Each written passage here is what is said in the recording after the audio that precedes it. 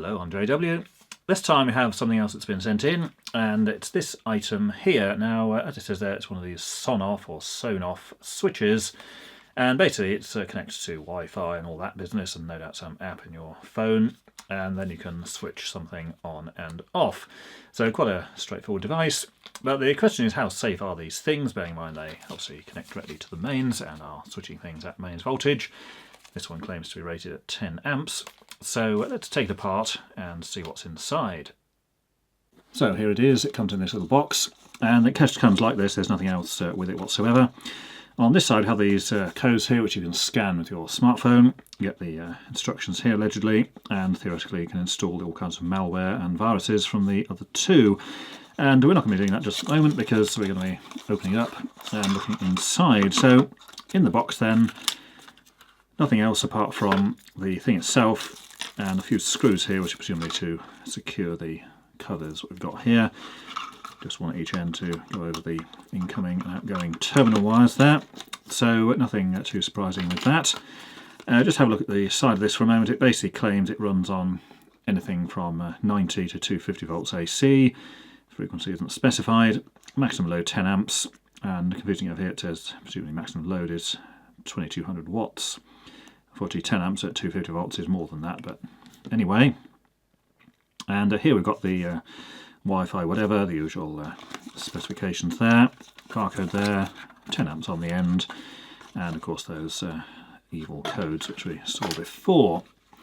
So quite a small device here. These squares in the back are basically 1 centimetre squares, so about 14 centimetres in length, and width-wise approximately 40 millimetres or 4 centimetres. Fairly thin, no weight to this really at all. We'll dispense with the screws, and essentially it's just power in at this end, so line and neutral, and then the switched output here, line and neutral, to whatever device you want to control. Little button on the front here, and that's pretty much it. So no screws to fix it together, just got a little label here with the old warranty void if removed, so we'll just dispose of that straight away, and then we'll see if we can pry our way into the casing. So nothing really holding it together, just clips together there. So just a plastic piece there. Top again just plastic, and appears to have a little LED which presumably shines through the front cover somewhere there, though it's not obvious on the front. And here is the board. So here's the board in more close-up view there. So basically terminals at each end, just screw blocks there, nothing too surprising about those. And this presumably is the relay in the middle here, which does the switching. And other than that, a few capacitors there, a little transformer. That'll be the button there, shows you the front, and the LED, which rather oddly is sort of raised up on that sort of plastic spacer arrangement there. Normally you put the LED on the board and have a piece of plastic above to carry light through to the front. So at the end here then, this blue job is presumably a metal oxide varistor. Let's have a look at that. Certainly looks like one. A couple of capacitors there, 400 volts seems perfectly fine. And a 16 volt there, presumably on the low side. Not a whole lot else on that side. A little 8-pin chip there. So we're going to get a closer look at that. So there's the 8-pin chip there. XTX or something it says on there. And the number may well just be about readable when you get the exact correct angle. Now this is the other side of the board. We can see clearly these large tracks here which they've actually coated with solder to increase the current carrying capacity. So one of them just goes straight through, just directly to the other side, and then we can see the one here with the break, which is also where the relay switches across there. So it's only switching a single pole, and that's pretty much what you'd expect. It's not normally necessary to switch things double pole just for actual operation.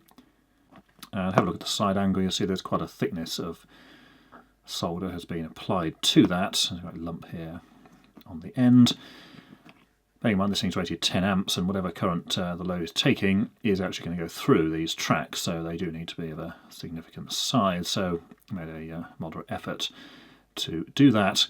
Now I've got this hole here, presumably cut for isolation. Fairly pointless because they've actually just stuck the turner block right across the top, so there's no actual gap any longer. And of course here it's slightly wider, but of course you can't have a slot all the way along. Similarly at this end there is a bit of a slot cut in, so not too bad. Not entirely clear why it's going quite so close to the edge there. I mean, it's all to do with the position of the relay, but that could have been improved somewhat if they'd have chosen a different size of relay, or say a different configuration there. So we've got quite a thin gap here, and again here we've got slots there to separate the line and the neutral, and also some others here which will separate from the actual power tracks here and the electronic side of things. So here's a closer look at the board here. So this presumably is the aerial, which obviously receives the signal here. A single chip in the middle there, which presumably is the thing which receives the Wi-Fi signal or whatever else. Not a huge amount else around those. And then we come over to this car crash of a disaster. Quite what on earth is going on here with this capacitor sort of hodgepodged on top of another one? It's not entirely clear. That does not look like a designed-in function. So it's literally been sort of stuck across on top of another and then sort of over to the trace on the other side. So not very promising, and so not a huge amount here. It's just basically the components on the other side, which will be the power supply there. Got a presumably bridge rectifier here to provide the power for the electronics, and not a huge amount on there. So the real question is the sort of separation between these tracks here. I mean, they've made a decent effort, I suppose, with the slots and things, and sort of putting the extra solder on for the current capacity. Obviously it's lead free, see that weird sort of frosted look that lead free solder does tend to have. But unfortunately, if you want to be compliant with any kind of regulations, then lead free of course is what you're going to be using. And so we can see on the top again there they've got the slot which unfortunately go directly under those terminal blocks, so kind of defeats some of the point of having it. Distance between the tracks not particularly wonderful. These are millimetres, as it says on the thing at the top there.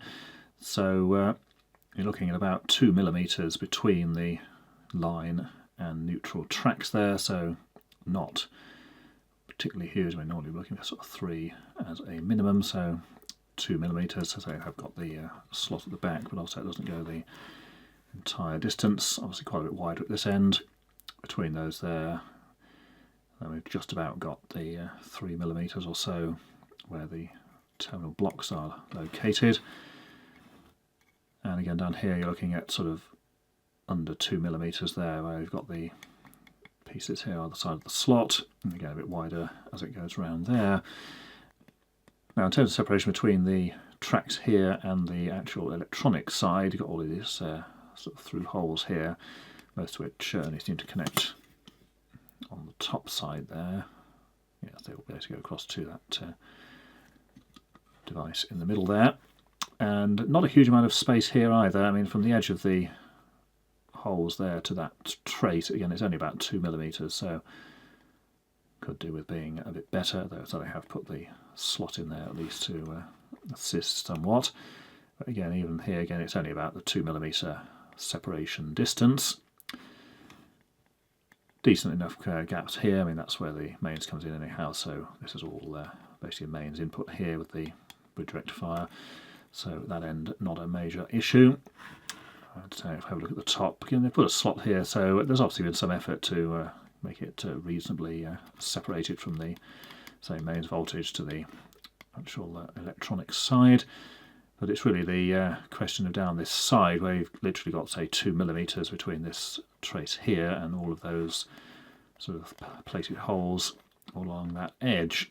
And so they don't connect on that side. If you just have a look on the back, then of course they all go across to the various devices in the centre there. Now, according to the casing, this outer trace here is the neutral, so that basically goes straight through as you would expect, and the line is the one with the gap where the switching occurs. So Unfortunately, the line is the one that's closest to all of the electronic stuff on this side, so that's not ideal. It would have been better with that on the outer edge, but anyway, that's what we've got. And essentially we've got this side being powered continuously. This is where the input goes, so you've got the, say, bridge rectifier there, and then the other circuits here are powered all the time. And then the switching operation is simply the relay contact, which will close, join those two together, and then of course you get your line and neutral out at this end. So it's a actual mechanical switch, as it were, so it's not electronically switching. So again, that should work with pretty much any kind of load. Now here's the relay. Just remove that label which was concealing the top side there. So it looks like we've got a 5 volt coil, presumably that's the DC 5 volt bit there. And then the bottom here, so we've just got 10 amps, 250 volts, so that does again match up with what the thing claimed, so you can actually switch the 10 amps through there, and just a single contact there, so obviously normally open, so in the default state it's not powered, and then obviously when you put power to the coil here, contact will close and then your load is switched on. And you can see on the back here the connection, so it's just two here switching the line only, and then our coil here, and that's just a transistor to actually provide power to that. And see, we've also got this diode just connected across the coil as well, so that when the coil is de-energized, any pulse or whatever is removed by that diode. Otherwise, any energy there will be shoved back into the rest of the circuit and probably destroy it. So not too bad. I mean, it's got reasonable efforts here with the slots and so on, and they put the solder on obviously to increase the current capacity. Bit of a hagged on job there, but ultimately that's what it's going to look like. But so the gap here is about 2 millimeters, which is not really good enough. Say 3 would have been better, but at least there is a gap, and they have put some slots and things in the board at least to assist with that. So as it seems reasonably justifiably safe, then what we'll do, I think, is power this up, and first of all see how much power this actually uses when it's just in the sort of standby condition, because bearing in mind that once this is installed, it's going to be powered pretty much 100% of the time, so any amount of power it uses can actually be quite significant, bearing in mind it's going to be on basically 24 hours a day. So let's just see the power consumption of this thing. So just we'll put two wires in here, line and neutral, obviously. No load connected because we're not interested in that part of it at the moment. We've just got those connected to the power meter here. I've just put the wires straight in onto a plug, so we can't use that quick connect thing we usually do because that has a neon indicator in, which of course we'd be measuring the power consumption of the neon indicator as well. So just switch on and then see what we get. Well, it hasn't set on fire, so that's a reasonably good start. And we can see on the display here we've got the various parameters here. So voltage currently is just under 245, which is fairly typical for most places, certainly around here. And power looking there is sort of 0.67 watts, so sort of 2/3 of a watt.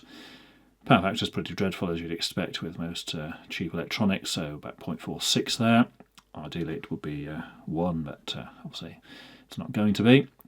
And in terms of the cost of this thing per year, we're looking at, as it says here, between sort of just under 6 kilowatt hours per year, assuming it's going to use 0.67 watts, and that's going to cost in the region of sort of 65 pence a year to operate, and that's based on 11 pence a unit, which we've put in at the bottom here, and it obviously being on for 24 hours a day, as obviously it's going to be connected up and basically stay that way pretty much forever.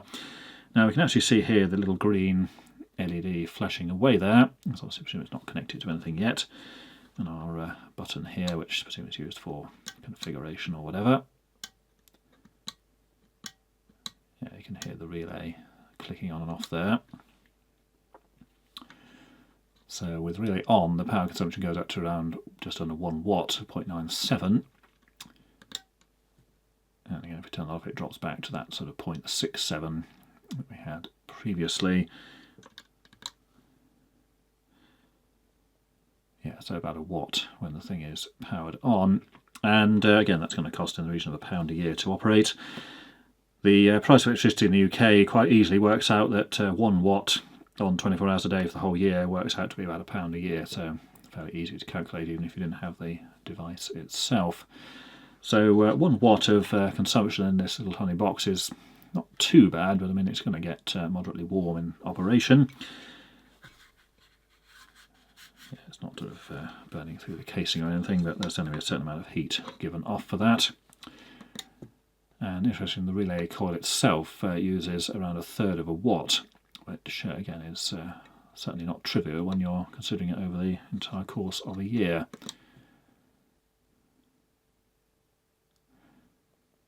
Yeah, so it's almost dead on 1 watt when the thing is actually powered in the on state.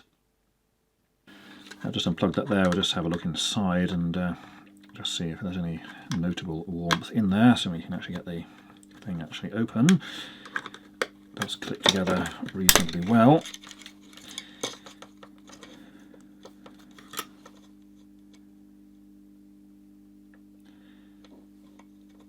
Yeah, there's a bit of warmth in the middle of the board there, which is of course around where the transformer and the capacitor are. That capacitor is slightly warm.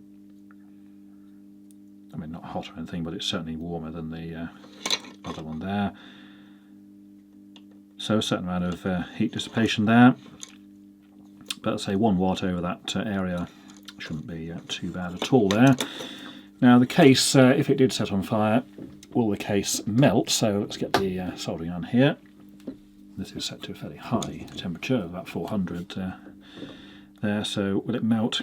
Well, yes, it certainly does. Look at that, straight through the hole. So if something goes wrong in here and it does get rather hot, it's going to melt straight through the casing because, let's say that's about 400 centigrade there. But as you see, it's going through there, no problem whatsoever. So not really the best material for the case. And it's the kind of plastic which will just melt and disappear. So the case certainly could be improved. It's not actually marked with any kind of marks or anything as to what kind of plastic it actually is. No, there's nothing in there whatsoever. I'm assuming the top is going to be the same sort of deal. Yeah, definitely it just melts away and disappears. So there we have it then. Not terrible. I mean, it's not the best device in the world, but considering the cost of this thing is only a few pounds, they have at least made a reasonable effort. I've got the slots and things on the board there, though the distance is only about 2mm, which certainly would be better if it was 3, but ultimately you're also going to be constrained by the size of the board there. And power consumption, again, not too bad. I mean, its standby mode is sort of about 2/3 of a watt, and in the UK that's going to cost you about 60p a year on your electricity bill. And in the on position it's about 1 watt, so that's about £1 a year if it was left on all the time. So in reality you're probably looking at somewhere between sort of 70-80p a year to actually run this device. Now that's not too bad for one, but if it's bearing in mind if you bought say 20 of these things and stuck them all over your house and turned on lights and all kinds of other appliances, then you're going to be adding sort of 20 quid a year to your electricity bill, so something to consider. And in terms of how it's going to last, well, the failure is going to be the capacitors, as is always the case with these cheap electronics, and it's going to probably be the one in the middle there, which was getting slightly warm, and it will just dry out and then fail, and then the electronics won't be powered anymore, and it will just simply stop working. The chances of some catastrophic failure in it are fairly limited, bearing in mind that it's mostly on the electronic side, so you might get a capacitor sort of decides to bust and vent its mess all over the place, but there's nothing really in there that's desperately likely to set on fire. And also, of whatever circuit this is connected to, it's going to have some kind of protection on the input, preferably a fuse or circuit breaker of suitable rating. So you're going to put this on your lighting circuit in the UK, then it's probably going to be on a 6 amp circuit anyhow, which obviously if there's some catastrophic short circuit would cut the power pretty quickly. Case does melt if it's heated up, which is certainly not ideal, but then most of these things seem to be made of that style of plastic. And whether this is flame retardant or not, we can possibly look at another date, but it certainly gave off the characteristic odour of melting and burning PVC type plastic, so we may look at that another time. But yeah, not too bad, and certainly you're getting what you paid for, so only a few pounds to actually buy these things, and as long as they're installed in a sensible fashion and don't start switching huge loads which they're not designed for, then probably not too bad. Whether the apps or whatever actually work remains unresolved at this point, as we haven't installed those. And of course, there was a danger at scanning codes and installing junk, because who knows what's going to be installed there. But assuming it does work, then we may look at that at a later time as well. But for now, that's all. So until next time, thanks for watching.